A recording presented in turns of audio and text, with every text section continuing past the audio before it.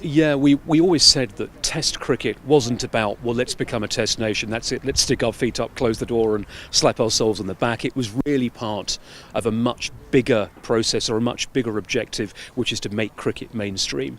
And what separates, I guess, the big Gaelic rugby and football, well, it's the fact they've got this mass following because it's always visible in the media. It's, you see kids walking down the street wearing shirts of rugby football and their local GAR team. And this is where we want to get to. And I know a lot of people have said to me, come on, Deutrom, get a grip on yourself. But then I look back about the things that we have achieved over the last 10 years.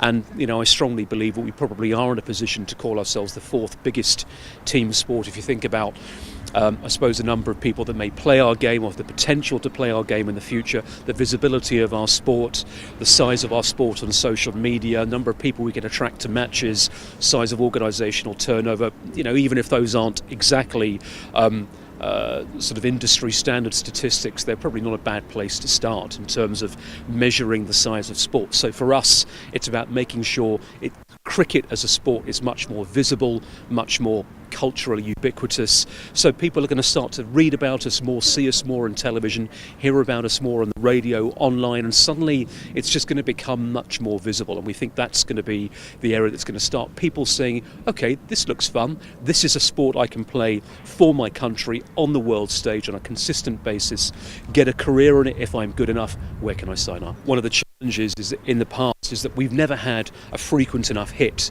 So yes, we might have got to a World Cup, and yes, we might have had a big day such as that wonderful day in September 2013, but it was all too infrequent. We then slunk back into obscurity again because we didn't have big games or we weren't in a World Cup. What's going to happen now is that we're going to have a lot of fixtures home and away starting this year over the next 4 to 5 years on a guaranteed basis. That's going to give fans the ability to be able to engage on a more frequent basis with the sport.